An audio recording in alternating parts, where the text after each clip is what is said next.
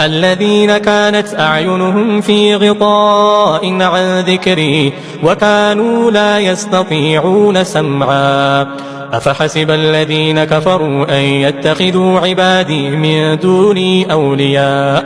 إنا أعتدنا جهنم للكافرين نزلا قل هل ننبئكم بالأخسرين أعمالا الذين ضل سعيهم في الحياة الدنيا وهم يحسبون أنهم يحسنون صنعا أولئك الذين كفروا بآيات ربهم ولقائه فحبطت أعمالهم فلا نقيم لهم يوم القيامة وزنا ذلك جزاؤهم جهنم بما كفروا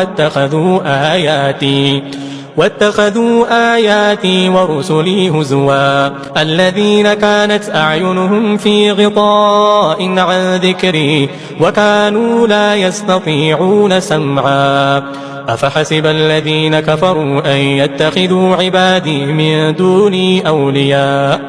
إنا أعتدنا جهنم للكافرين نزلا قل هل ننبئكم بالأخسرين أعمالا الذين ضل سعيهم في الحياة الدنيا وهم يحسبون أنهم يحسنون صنعا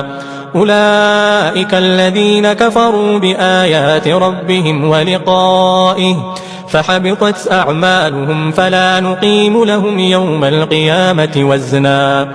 ذلك جزاؤهم جهنم بما كفروا